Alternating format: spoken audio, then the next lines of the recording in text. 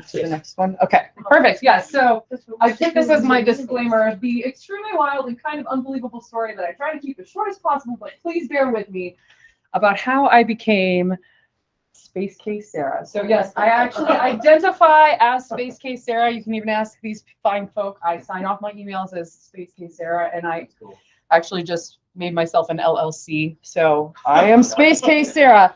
And all that I do, which actually don't crack me up, she's like, which is a lot. And I'm like, yeah, it is a lot. I do a lot. So I'm going to start with, this is my main picture on my website. This was actually supposed to be a test shot, which is why my kids are in the picture. And there is a ton of hidden meaning in this picture. And so once I kind of go through my story, I'll revisit this at the end and I'll point out all the things that I kind of hid in this story. But so the reason why my story is kind of really wild, and I don't usually actually share this very often in presentations, but for some reason I felt like doing it today. For me, growing up in both my home life and my school life, this would be what a science textbook would have looked like for me. I was raised in a fundamental, very cult-like Christian community that was very segregated from the general public. And for some reason, I didn't question any of this. You know, it was the only thing I knew. But I was a very troublesome child for them because I did ask a lot of questions about a lot of other things. And by the time I got to high school, I knew I didn't want to stay within that church structure anymore.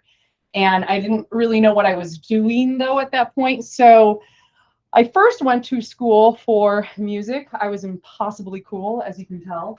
And I studied opera. The thing about this was, while I was really good at what I did and I really enjoyed it, I wasn't quite prepared for the world outside of that bubble, that cult that I kind of was raised in.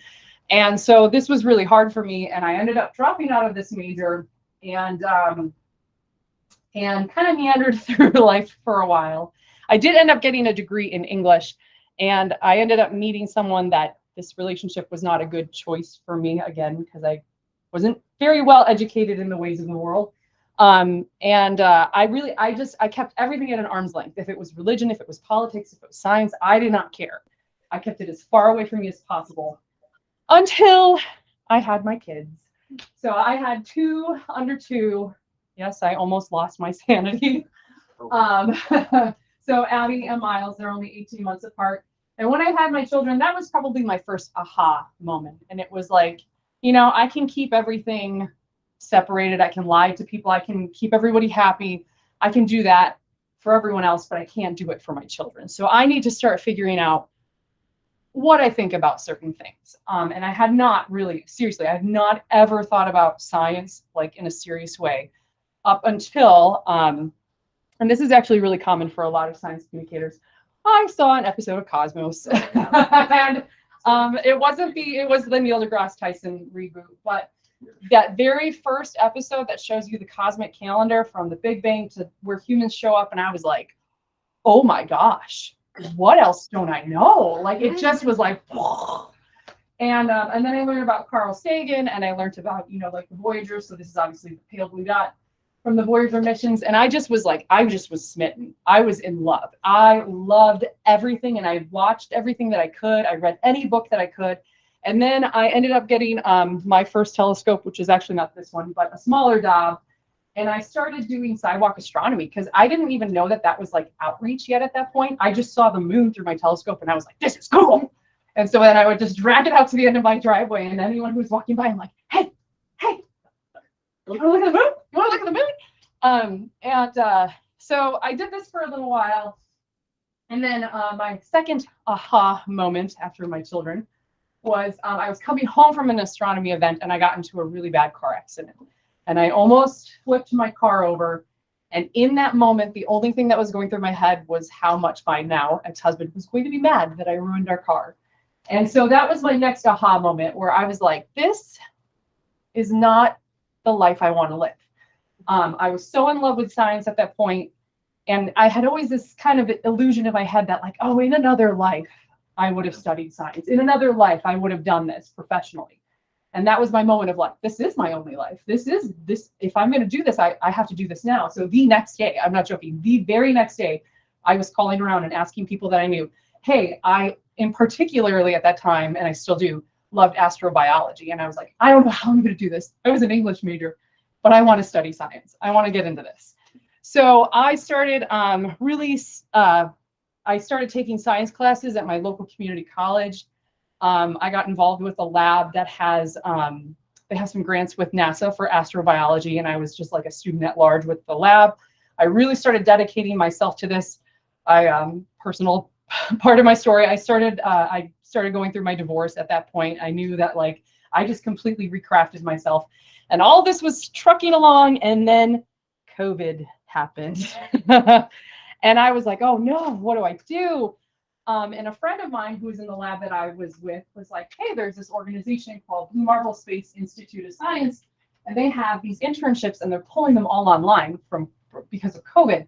And maybe you can find something to do there while this, mythical, what was supposed to be 1 semester long hiatus, passes.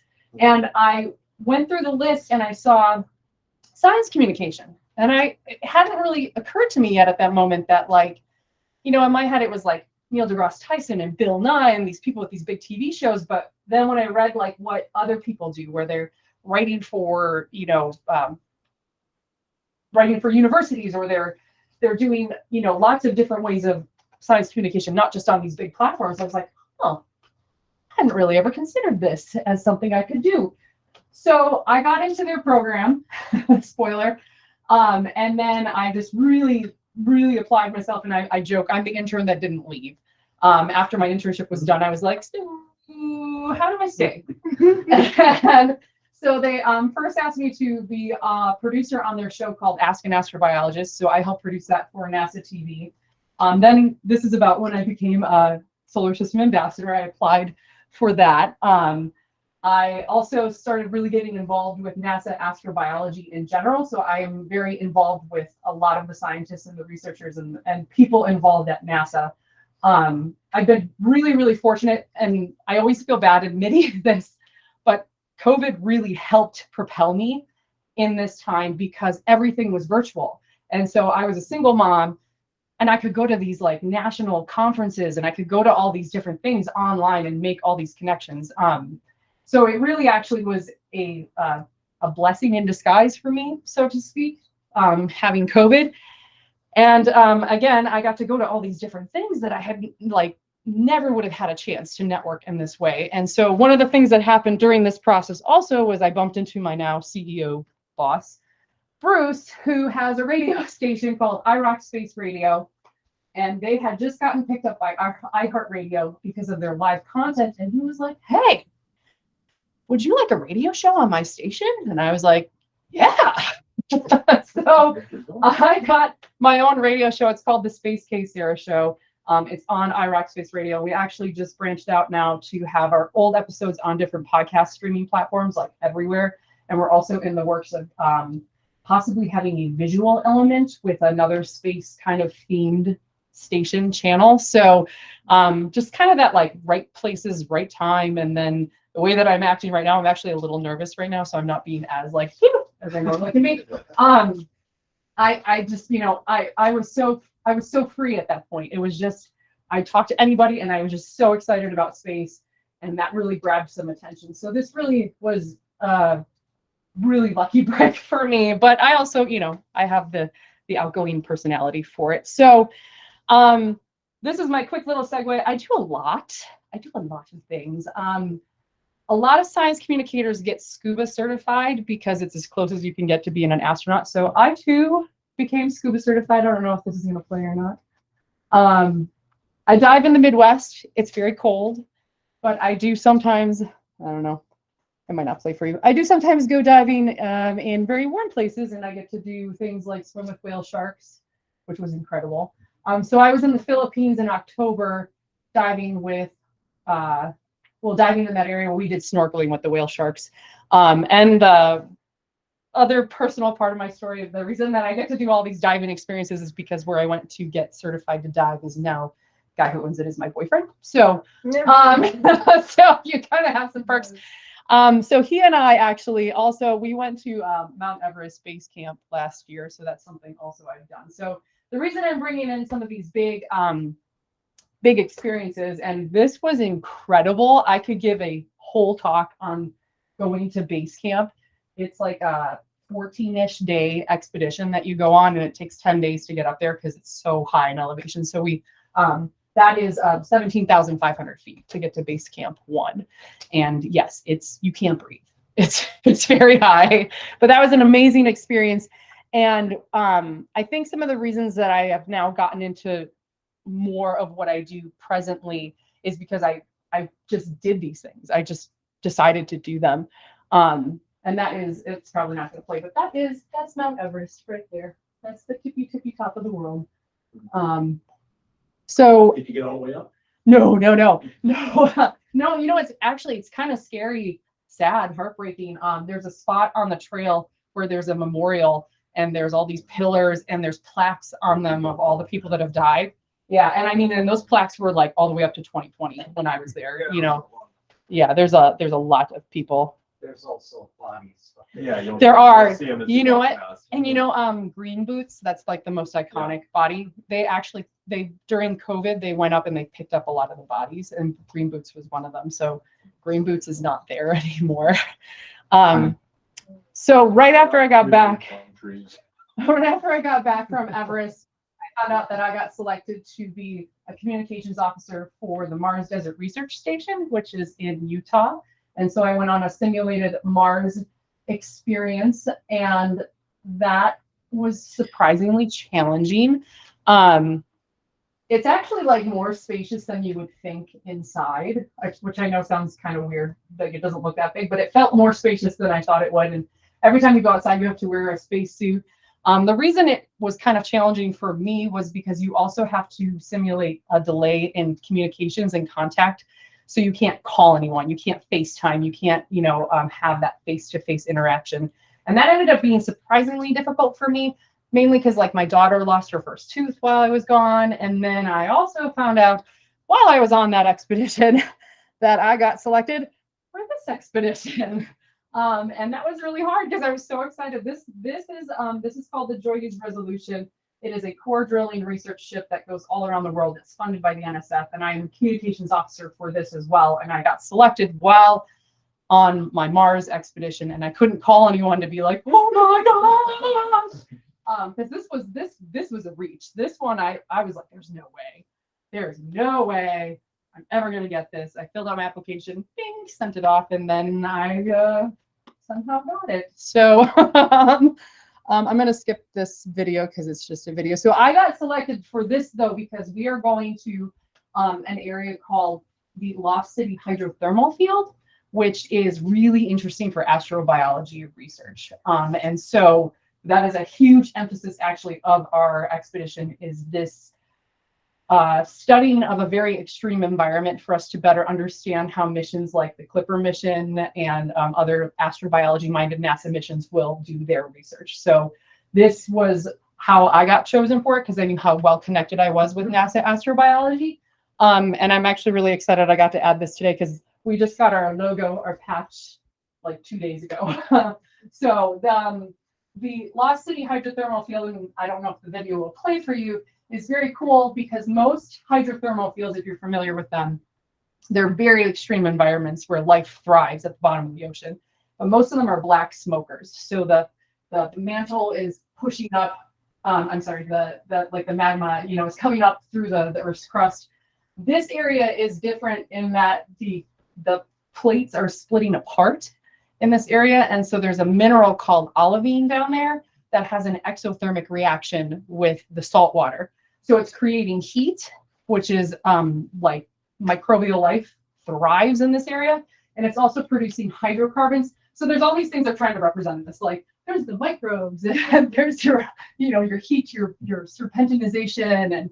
And they're very interested in studying this area because it's very much in line with what many scientists believe possibly could be how life originated on Earth, and therefore they think that it could be a good way for us to understand how maybe there could be life in the solar system. So I don't know if this will play or not. Oh yeah. So you can see like the heat coming off of these pillars. These spires are extremely tall. I put this in here just to give you that representation of how big that area is, and it's a very remote area of the ocean, so it's not easy to research frequently. So I'm very, very honored to be on this expedition, and I will be leaving for this in April. So that is coming up for me. And I will breeze through this also, but I've been doing a lot of outreach for my expedition for this, and I have been managing this museum exhibit at UW-Whitewater because I actually ended up going back to school to Whitewater to get a master's degree in communications, because I kind of figured I love science, but I also don't love the idea of being stuck in a lab and not getting to get out there and jabber about it. So I felt like communications was better for me. And so this is what it looks like at Whitewater. Again, it's probably not going to play very well. So anyway, I came to talk to you all about the Star Party on the Lawn. I got asked by Adam at Glass, if I wanted to join this committee to put this on. And so then we came up with the idea, well, actually it was your idea, to do sort of like an MC broadcast it kind of thing. So I will be broadcasting my radio station live, well, kind of live. But we will be broadcasting this event while it's going on. It's going to be from 6:30 to 9:30. And we're asking you guys if you would like to join us, whether it is by attending as a guest, or if you want to come and do astronomy related things. I will tell you, in the meeting I just sat in, we have almost sold out of our tickets for attendance. So, and like we're already over half capacity of volunteers. So if you want to get involved, you probably should do it very soon. Wow. Yeah, it's sold really. I mean, we barely even promoted it, and it's like, Who are you selling the tickets for? Did you $10? $10? Yeah, $10. Yeah, and I feel like that was a good price. Yeah, Yeah. definitely. Yeah, we like. I shared a post once, and Yerkes have shared it maybe once, and we've almost already well over halfway sold out of the admittance tickets. So, I think you have more tips on how to do a Messier marathon. I always tell everyone I'm the lazy astronomer. Like, I love the idea of doing a Messier marathon. You know, I found this little thing, and I'm like, oh, it would be fun, but it's also cold. I will tell you too, if you are interested in doing the Messier marathon, what I learned from Adam the last time I was there is that the tree line does get in the way. So that you're not, no matter how much you want to do it, you're not going to get all 110 items. It's just not going to happen. But it's still a fun experience, and a good way to nerd out with other astronomers. I am a member of Rockford Amateur Astronomers. I know a couple of them said that they would come too. So yeah, I mean, when it comes to tips to actually prepare for it, all I think is like coffee and, I don't know, hand warmers. Yeah. And the fun thing I liked about how we have it set up is it's really a star party. The majority of the lawn is, amateurs bringing their telescopes, viewing objects, talking about it. Right. And then we have the dedicated section for, people like myself and, nerds are really going to nerd out. And the fun side, yeah. And then, you're doing a nerd thing, say maybe like 2 minutes on an object, you're moving to the next one, you're moving to the next one. We will have multiple EV scopes. So for those of you who've seen through the EV scope here, it's kind of a cool experience. I will probably have some extra ones that are going to rotate in, I imagine. Yeah. Anyone interested? So you can try out the experience yourself, which is really neat. And I will also say, just so that your expectations are set properly, the big telescope, you will be able to walk up to like the fence line where it's blocked off, but no one's going to be allowed on the platform, nor will anyone be able to look through the telescope. So don't get your hopes up with that. Is there a weather plan B? No, there's not. It's rain or shine. I mean, we will. So nothing can go indoors? The building will be open. Okay. So the reason that the tickets I would assume, selling out very quickly too, is we do have a cap on how many we can sell. I mean, it's a good number, but still, they have it capped with the idea that this is the max capacity of how many people can fit in the building. Oh, okay. So if everybody needed to run. if everyone needed to indoors, run in really quickly, Yeah. yes, this is like max capacity. So that's why the Okay. ticket level was set to where it's at. It is, yes, rain or shine. I mean, I will be broadcasting outside if it's not a bad weather night. Actually, it kind of seems almost more like a logistical nightmare for me to do it inside because it's so echoey in that dome. But yeah, we're a go no matter what happens. So we'll see how that turns out. Looked at last year. It was, you could actually see the arm of the Milky Way coming on up. Wow. Yeah, Adam was like, yeah, I don't want to jinx it, but I haven't had a bad year since I started doing this. I'm like, well, way to say that now, right? Like, way to go. So, yeah, I mean, I can definitely answer more questions afterwards. So revisiting my picture really quickly, I will tell you the secrets behind my picture. This I took at Rock Valley College, where I took my first science classes when I really got into science. I love that my children are in the picture, even though I had not planned on having them in there, because if it weren't for them, I don't know if I would have been as motivated to actively seek out what I didn't know. Most of these are Carl Sagan books that I'm holding. And then my dress is actually, each dot is a different color that represents a number. And so it is spelling out, if you will, the numbers of pi. So yeah. So that's my as quick as I can make it spiel. So thank you for listening. And yeah, if you have questions about the Messier Marathon in particular, we can definitely answer those. But it's not like a super serious, you know what I mean? Like, I think the majority of people are coming more just to have a good time. Take a peek. Exactly. It should be fun. Yeah, what kind of topics do you cover on your podcast? Oh my gosh, everything. That's what I really love actually about my radio show versus doing stuff with NASA. Because when you do stuff with NASA, as you would know as an ambassador, there are lines that you must stay within. Yeah. Whereas on my radio show, we'll talk, I mean, anything. I actually have 2 co-hosts right now. And we'll talk about the private space industry. We'll talk about astrophysics. We'll talk about astrobiology. We'll talk about, just even kind of funny topics. We'll play trivia games with each other. It's all over the board. But as long as it's something to deal with space, that's what we'll talk about. But sometimes we do news. Yeah, I enjoy it because I do really like SpaceX and what they're doing. But when I'm an ambassador, there's certain things I can talk about that I can't talk about. So it gives me that freedom to kind of do whatever I want. And people ask me that all the time too. They're like, "Oh, you want to work for NASA someday?" And I'm like, "No, I don't know, not necessarily." Do you have guest speakers? Yes, Yeah. very often. Actually, so the biggest jaw-dropping moment I think so far for my career for me was right after Perseverance landed on Mars. That's my favorite rover because she's the astrobiology rover. So you're just pulling core samples and I did this big emotional post, and then out of nowhere, Dr. Zaburkin, who was the associate administrator of NASA, he just retired, sends me a message, and I was like, I just saw this man on national TV. Like, what? Why is he in my inbox? And he asked me to do some social media stuff with him over this past summer, just one-on-one, and I'm like, okay. Okay. So I've had Dr. Zaburkin, but we do a segment on my show called Science for Good.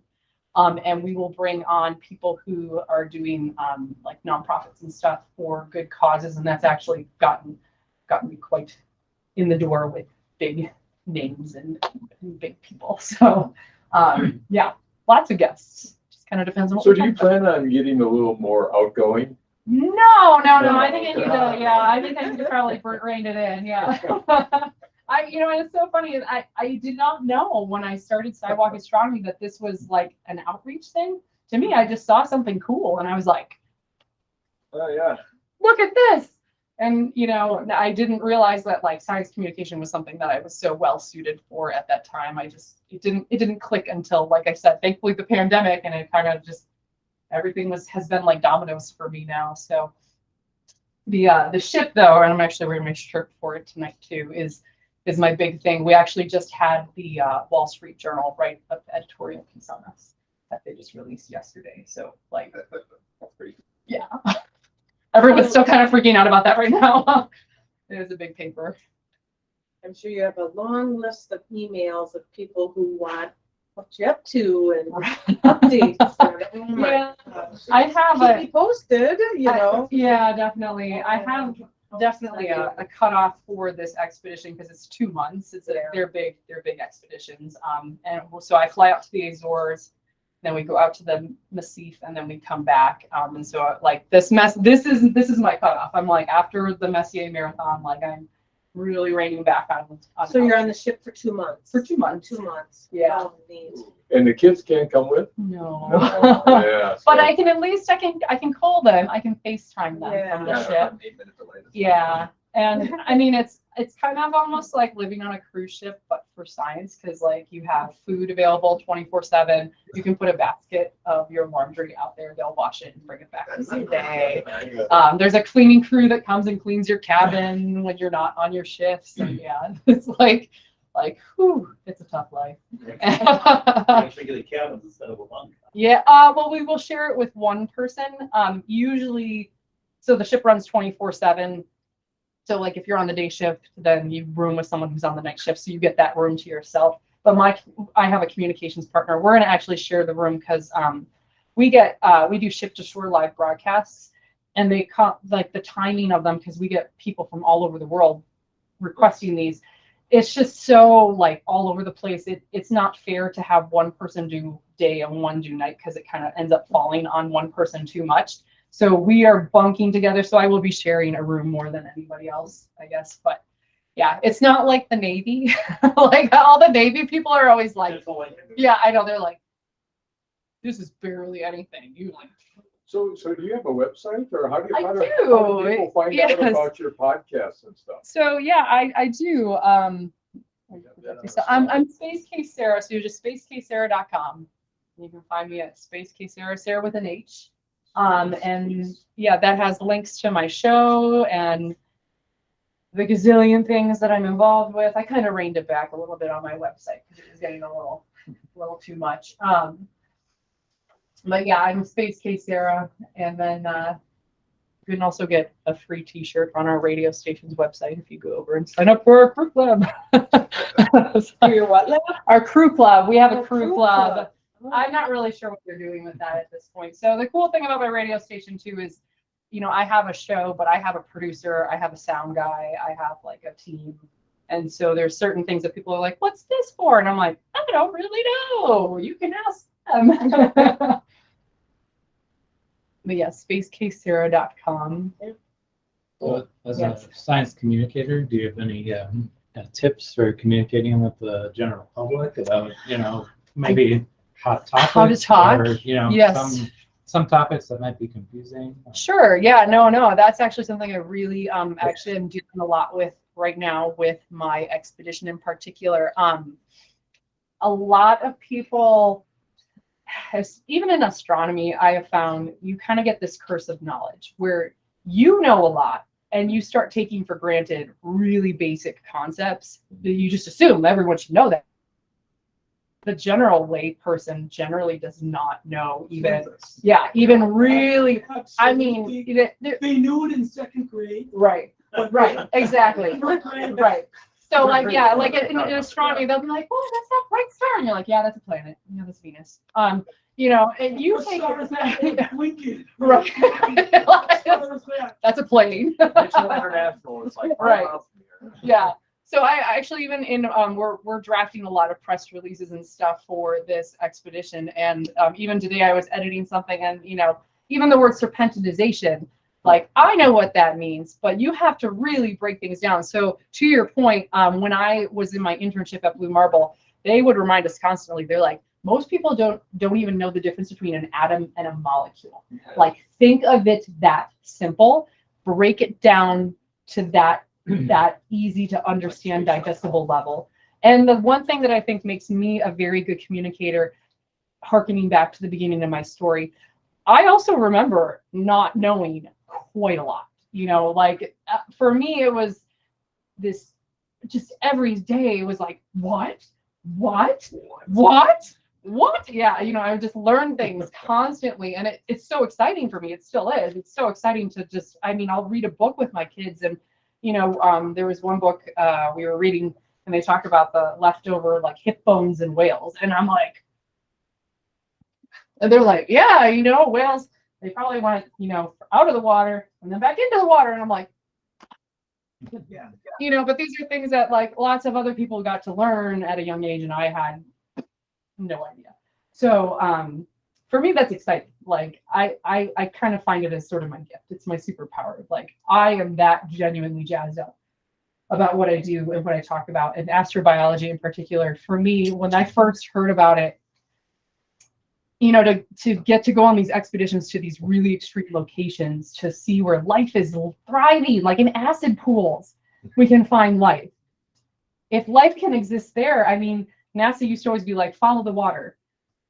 We don't really need to follow the water. Actually, NASA astrobiology does not like the term the Goldilocks zone anymore because that's too narrow of a parameter for them. So we're actually like discouraged from using it on the show that I produce. But people like it. I know they do. It's easy to understand. Right.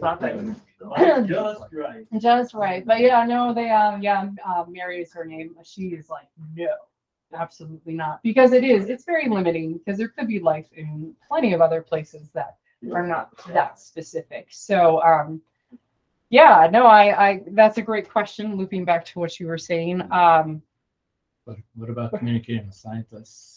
Communicating to scientists? The other side of it, hearing their research and interpreting and finding them To reminding them. Yeah, that's why there are some scientists who just, they do not have the gift of communication.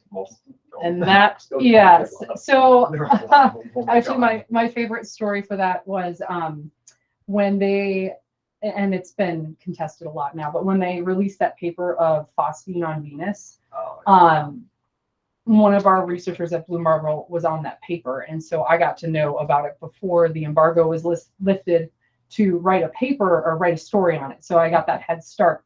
And the guy gets on camera with me, and I swear he acted like his grandmother died that morning. Like he just was like, yeah,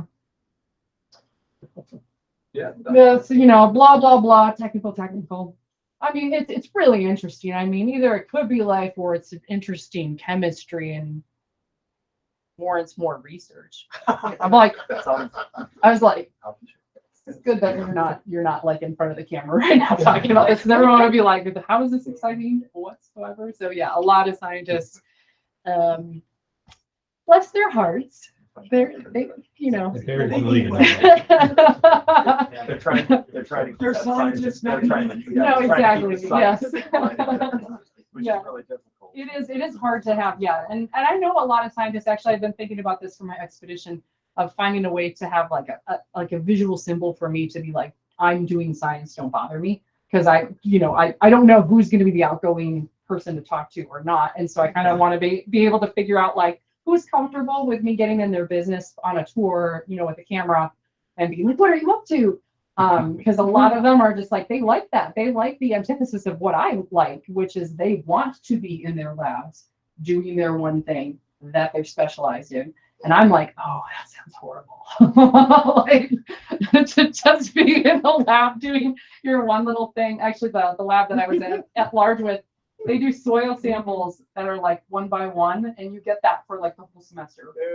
And you just take samples out of your, you know, and then you run them, and you spend most of your time just running your samples through different, you know, instrumentation in the lab. And I was like, I mean, it's great. You know, Somebody's got to do it.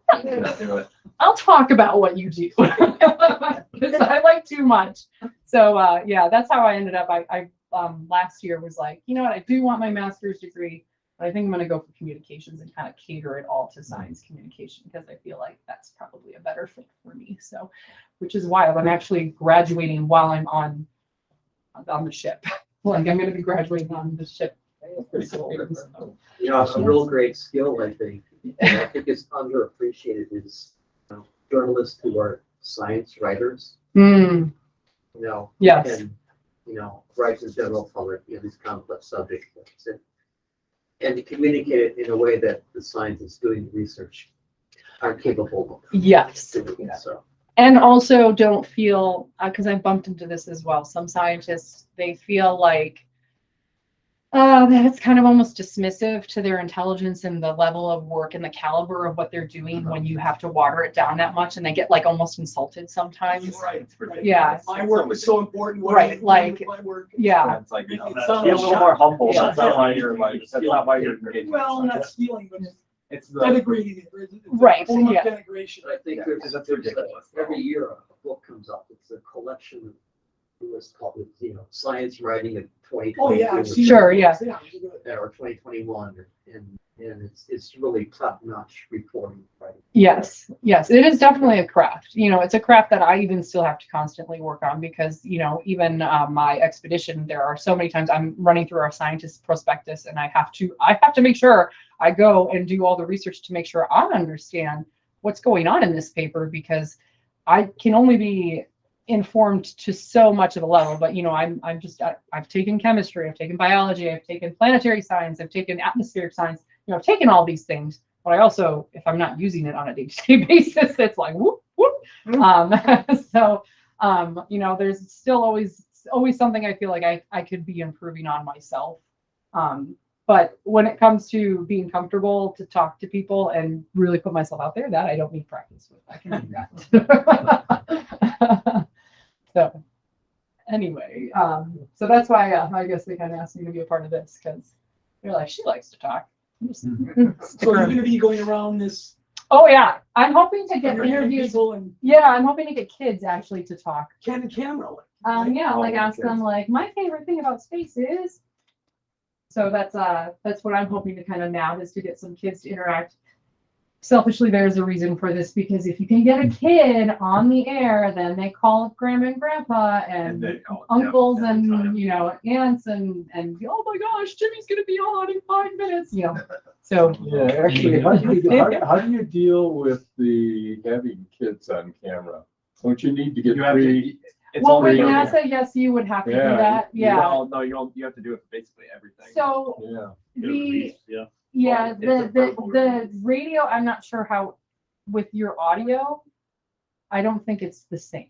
Oh, no, Okay, so so it's not there's a no camera, no, Oh, no, it's- oh, yeah, it's then just then an you're audio, fine. yeah. It's Yeah, just, it's not a it's visual just, we thing. just Yeah. can't have any pictures of kids. Right, yes, Yeah. ambassadors, no, we cannot. The harder question is how to get them to answer more than one word. Yeah. How do you like it? It's great. Yeah. Yeah. Fine. Right. What are you looking at? It's blue. Oh, Oh, yeah. I got some kids in my classes that It is. there's no end to their It talking. is, yeah. I do a lot of You get the right presentations one, for you get the right school. one, and It's like, yeah, they don't. Yeah, oh my gosh. Yeah, and I did one for a school, a friend of mine, she teaches in Alaska, and I did one for her recently. And I don't know why, but the Everest thing, like, holy cow, those kids would not stop. But I was like, I guess I should have just come on and talked about Everest with you guys, because like, how do you climb up there? What do you eat on the way there? Blah blah blah. Like, Well, what do you eat? oh, what do you eat? Well, that's a good question. It is. Fried food. Yeah, no. So once you hit Dry cat. the national, no. So once you hit the national park, Yeah, you took with. there is yak steak there. But once you hit the national park, because of the Hindu beliefs of the area, you can't slaughter animals within the park. So the only way to get food in and out is on yaks, and they call them yows. So they're a hybrid of yaks and cows. So they only can, or mules or something like that, cart in food. So they actually really discourage you from eating any meat once you're in the park, because you do not know how old that is. I mean, even when we were there, that like, It's all freeze dried in. oh no, it's a lot of Still, right? it's a lot. So you stay in tea houses, and each tea house, they'll make food for you, and they all have a menu, and everything is exactly the same on the menu. They just kind of make it differently, but it's very sort of kind of like Indian food fare. You know, a lot of rice. Japanese stuff. Yeah, there's ramen, and so for me, I'm like struggling to remember, like, what did I eat? I ended up eating a lot of popcorn. I got really like my stomach was just not, like, when you start getting that high in elevation, your organs start shutting down and your body prioritizes what you should be focusing your energy on. A lot of people lose their appetite hiking up that high, because yeah, you're just not, yeah. I did actually okay. My O2 levels, they monitor it every day to make sure you're doing okay. My boyfriend did not. It was really bad. How long did it go? 50s, Wow. averaged in the 50s. Is Oh, oxygen wow. saturation? Could he converse? Could he talk? He was on his all fours hurling quite a lot of the time.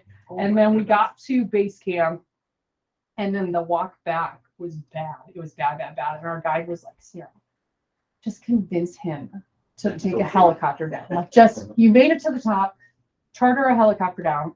And I was like, well, I can't convince this man. He's an ex-Marine. I can't convince him of anything. And so he finally was kind of like, maybe. 50 is beyond pathology. Oh yeah, he was shutting down, and he finally was like, oh, maybe I should. And then a blizzard moved in, and that was a really freak snowstorm. So we had to walk back in the blizzard.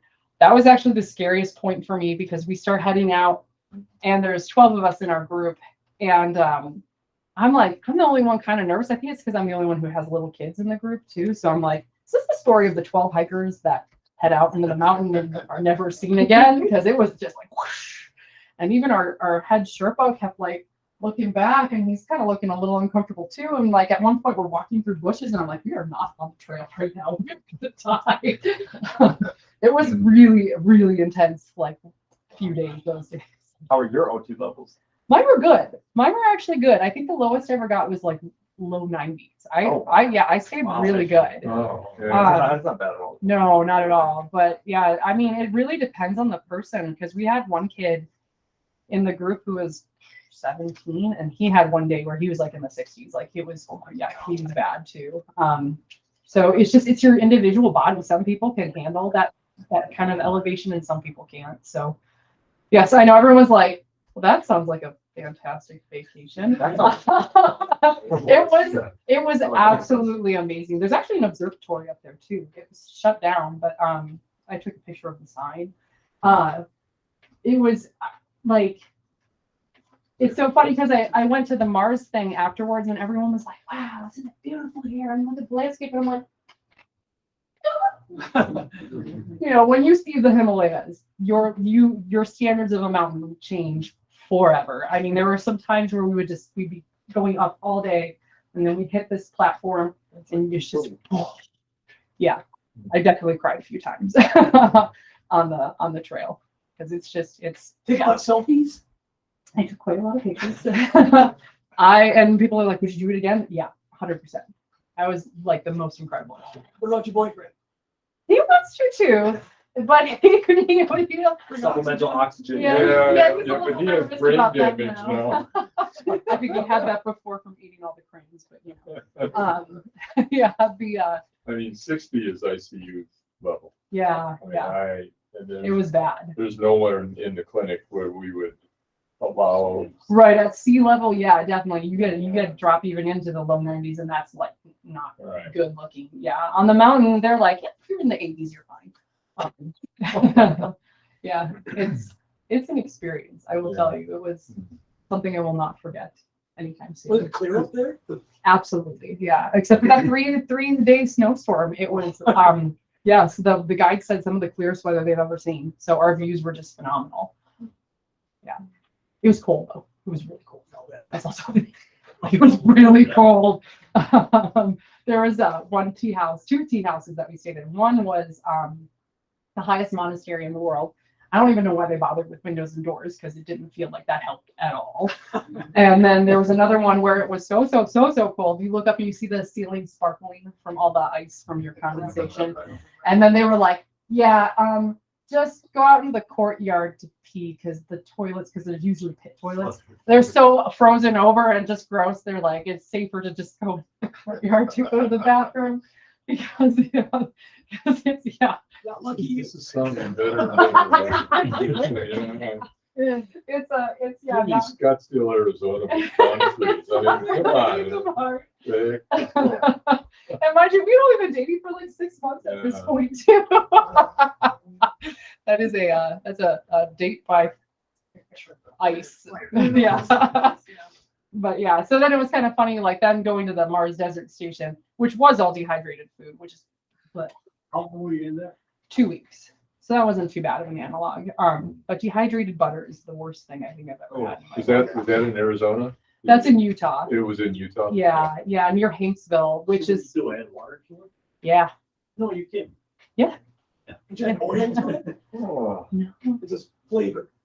It looks beautiful. It looks like whipped butter. You're like, oh, this would be delightful. And then you have it and you're like, nope, nope, nope. Have some scones. Yeah, and then the dehydrated meat also like smells like dog food. Yeah. Doesn't taste that bad. Corned beef hash, that's what it's like. Yeah, it's bad. Yeah. But like I said, that one was weirdly hard for me. I think it was because I didn't know anyone on the crew. I was the only woman. And so like I got the news that I got my ship expedition and I just was like, oh my gosh. And they're all like your space case there.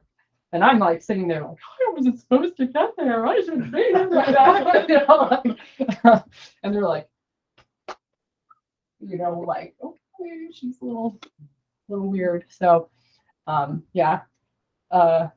So we'll see how I do on the ship. I think I'll be okay. The thing I heard that most people struggle with, especially in extreme expeditions like mine, is when you're leaving, that initial watching the land disappear and knowing that's the last time you're going to see it for 2 months. Yeah, that I've already tried to kind of mentally prepare myself for that. But otherwise, I mean, we're so busy constantly working. You don't really have a lot of time to get too homesick, bored, from what I've heard. So, yeah. Good luck with that. Well, Thank you. Yeah. Yeah, I'm really excited. Super excited. Thank you. Yeah. Well, we have links that we'll share with the group if you want to just sign up to be part of this. Otherwise, Yes. for volunteers, we have a form and I take. that'll no circulate offense to again. any comments Just about make sure you scientists. fill out the form and then contact me and get in touch. There's a lot of good opportunities to be involved in both Good. attending a booth about what it's like to be That was part of that the guy Milwaukee in the lab. Astronomical Society Cutting up inside brains. Yerkes, and then I was outside in neuro. showing the stars to the public. So, It's just a lot of fun, and then you'll get to look around at different scopes. So yeah. let's hope it's clear. It's only $10 if you just want to join in. Otherwise, be a volunteer, come help me out, and we'll have a good time. Do you have a cat? No. No, okay, because my research, Okay. 51 cats to more than mine. Yeah, yeah. Science Science is like is- that. it can be like that, yeah. Yes, it is. That was a great presentation. Oh, thank Yeah, you. good, yeah. It's,